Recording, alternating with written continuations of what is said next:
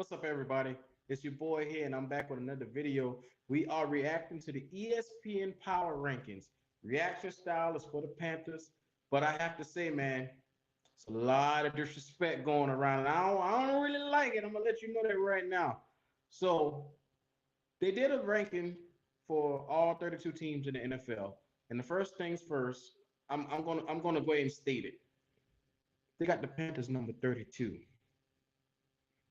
Why? I mean, let's be honest. I'm not being biased. I'm not being, I don't know, ignorant. I'm just looking at the facts and I'm looking at where we stand with most of these teams. And somebody really had to go out of their way to really hate the Panthers. But before I say or do anything else, if you haven't already, stop, like, and subscribe to this channel. Like the video, put some comments down on what you're seeing and hearing. I want to see it. I want to be able to hear it. I want to be able to interact with you guys because I love interacting with you guys. So if you haven't done anything else right now, stop, like, and subscribe. This is the ESPN Power Rankings reaction video. Now, with all that out of the way, let's go ahead and kick it like how we usually do. 32. And I'm saying this because the Atlanta Falcons, Seattle Seahawks, the Detroit Lions, the Jets, the Jacksonville Jaguars are all rated higher than the Panthers on this rankings. Why is that? I mean, I'm going to be a lot of things, and I'm trying to make sure that a fool is not one of them.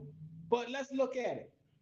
We had a bunch of teams last year that went 3-14, and the Panthers weren't one of them. We had a bunch of teams that upgraded in the draft, and the Panthers did do really well in the draft. We got a franchise left tackle. We got some linebackers. We got some really key players, offensive players as well, which we inserted.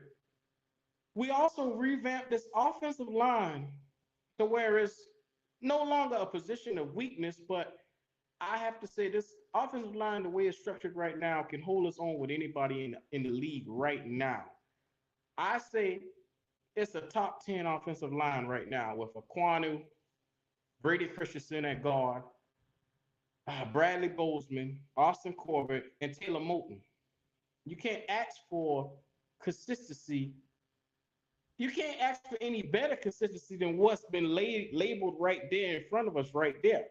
So the number one problem and why I believe that they put the Panthers dead last is one person, Sam Darnold.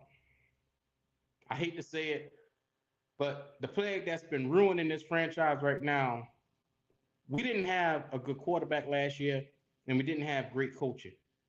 Two things that you must have, a quarterback and a coach, to be able to succeed in the NFL. Now we have Matt Corral as a backup. He will take his time as a rookie to insert himself to learn the offense, to get it going, as well as Ben McAdoo, which is a very serviceable offensive coordinator. He will take his time because he knows that he can get the best out of his quarterbacks from the system that he implements. So let's be honest. Based off everything we know from last season, from the draft, you're trying to tell me right now, how many teams have a Christian McCaffrey on their team, a top 5 perennial MVP candidate for MVP on their team right now? Do the Atlanta Falcons have that? The Detroit Lions? Do the Jets have that? Do the Texans have that? I just listed you 5 teams that we're better than off of one player behind a revamped line. Let's be honest, man. Do they have a DJ Moore? Do any one of those teams have a top flight number 1 wide receiver? I mean, you could say Seattle with DK Metcalf, but I can promise you DK Metcalf's numbers are not going to be the same without Russell Wilson. So with that being said, none of those other teams have anybody that's going to stand out, that's going to produce more than DJ Moore. It's not going to happen. They don't have the quarterback, nor do they have the talent at wide receiver to make it happen. Now, what I'm saying is with a revamped offensive line, if you're a Panther fan, understand me and understand me clearly. With a revamped offensive line, that's from from left tackle to right tackle, all the way in between.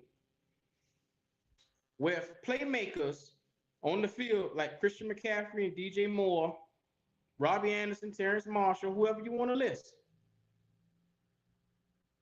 You mean to tell me we aren't better than the Falcons on offense?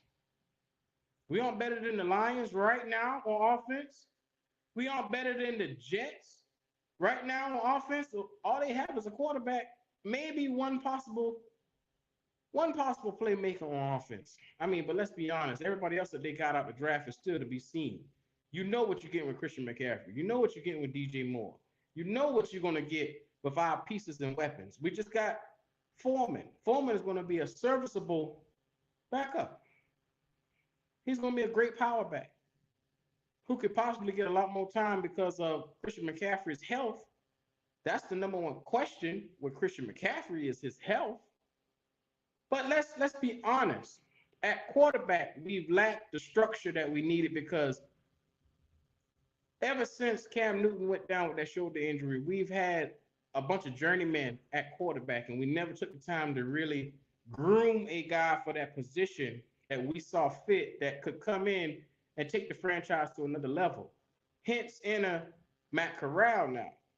So if we take the time to teach this guy, he can be your franchise plug-in piece to save the franchise and tote it for the next 5 to 10 years. But this is still to be seen because one thing you don't want to do is throw him out there before he's ready.